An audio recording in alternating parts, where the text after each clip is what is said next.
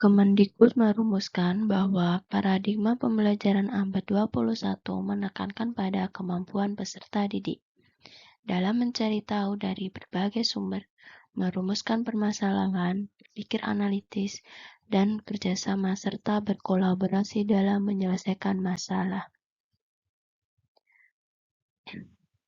Di sini kami akan memaparkan sedikit mengenai proses pembelajaran. Belajar mengajar merupakan proses yang penting dalam pendidikan. Banyak pakar yang mengemukakan teori-teori belajar dapat dilihat dari 3 sudut pandang. Yang pertama adalah behaviorism. Yang kedua adalah social cognitivism. Dan yang ketiga adalah konstruktivisme. Yang pertama, behaviorisme adalah teori yang menjelaskan mengenai perubahan tingkah laku seseorang yang disebabkan adanya proses stimulus yang telah diberikan. Proses stimulus tersebut merupakan salah satu proses belajar sehingga dapat mengubah perilaku. Pemberian stimulus berulang sehingga terjadi pembiasaan. Dilakukan kepada peserta didik tentu saja harus sesuai dengan tujuan pembelajaran.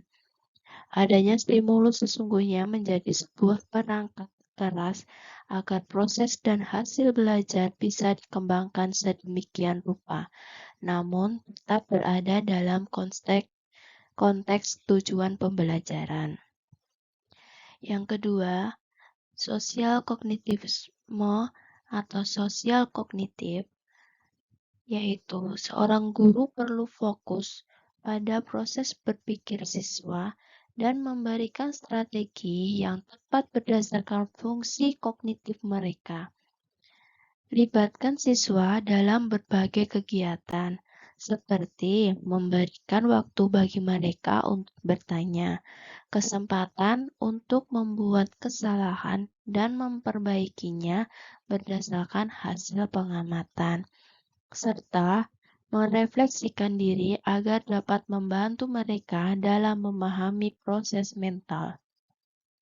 Yang ketiga, proses konstruktivisme adalah pandangan mengenai pengetahuan tumbuh dan berkembang melalui pengalaman.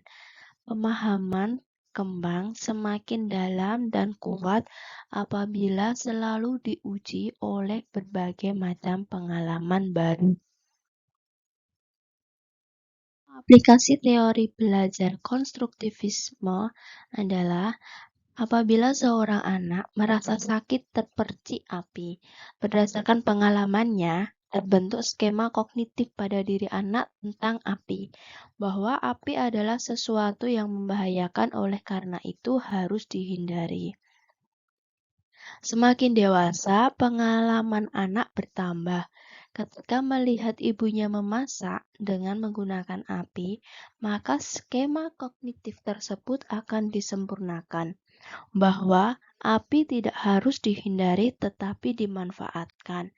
Dalam hal ini berarti api dimanfaatkan untuk memasak sehingga dapat tersaji makanan untuk hidangan keluarga. Ada kasus misalnya Tania berumur 7 tahun, memiliki kemampuan rendah dan keinginan yang rendah untuk sukses. Maka dari itu, sebagai seorang pendidik, kita bisa menggunakan teori behaviorisme dengan cara memberikan stimulus kepada Tania agar mau belajar lebih giat lagi. Cara belajarnya bisa menggunakan metode bermain, tanya jawab, diskusi, dan mengajak anak untuk bergerak aktif agar Tania tadi mempunyai keinginan untuk sukses dengan cara belajar setiap hari. Pada kasus kedua, Samuel berumur 10 tahun. yang bekerja keras untuk menjaga harga dirinya pada tingkat tinggi, tetapi memiliki rasa takut akan gagal yang kuat. Dalam hal ini, seorang pendidik dapat mengaplikasikannya menggunakan teori konstruktivisme, di mana kegagalan di usia muda itu tidak apa-apa. Yang penting di kemudian hari selalu belajar untuk mengembangkan pengalaman-pengalamannya, sehingga rasa takut akan kegagalan yang kuat itu dapat sedikit demi sedikit berkurang. Kasus ketiga, Sandra, 13 tahun, yang tenang di kelas dan meremehkan keterampilan mereka. Untuk seorang pendidik menangani Sandra bisa menggunakan teori belajar kognitif atau sosial kognitif, di mana libatkan Sandra dalam berbagai kegiatan, seperti memberikan waktu bagi dia untuk bertanya, untuk berbaur, untuk memperbaiki pengamatannya dan merefleksikan diri, sehingga dia dapat menghargai keterampilan orang lain dan tidak meremehkan orang lain lagi. Jadi, ketika anak berbuat salah, kita dapat menegurnya, kita dapat merefleksikannya agar dia mampu uh,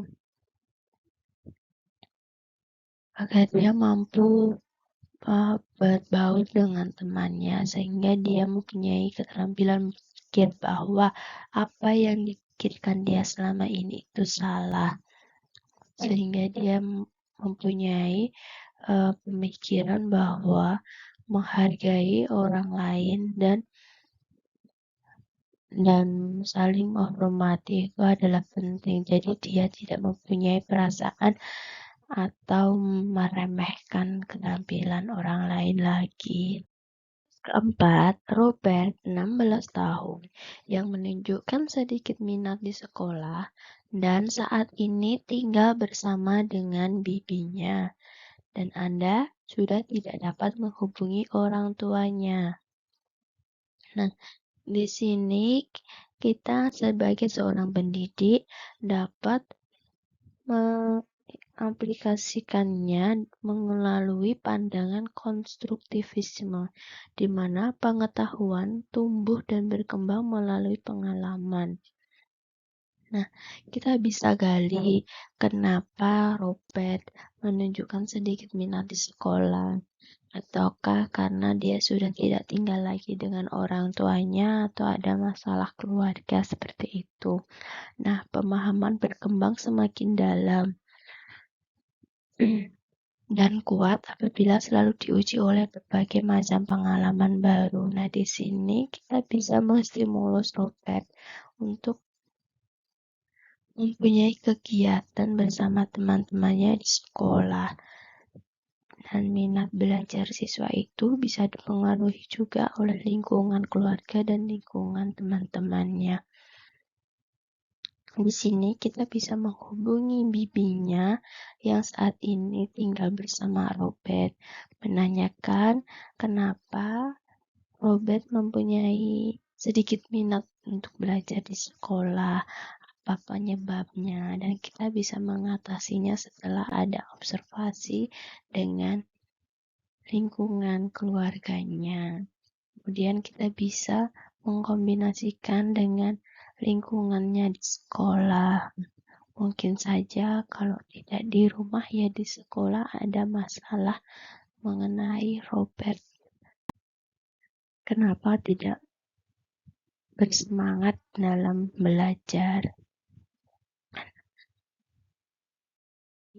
Pemaparan dari kami mengenai proses pembelajaran yang dilihat berdasarkan sudut pandangnya. Yang pertama tadi adalah behaviorisme, yang kedua adalah sosial kognitif, dan yang ketiga adalah konstruktivisme. Nah, para guru hebat, Sebelum mengidentifikasi proses belajar siswa, jangan lupa kita harus mengidentifikasi tujuan pembelajarannya ya. Terima kasih. Salam Guru Hebat Indonesia.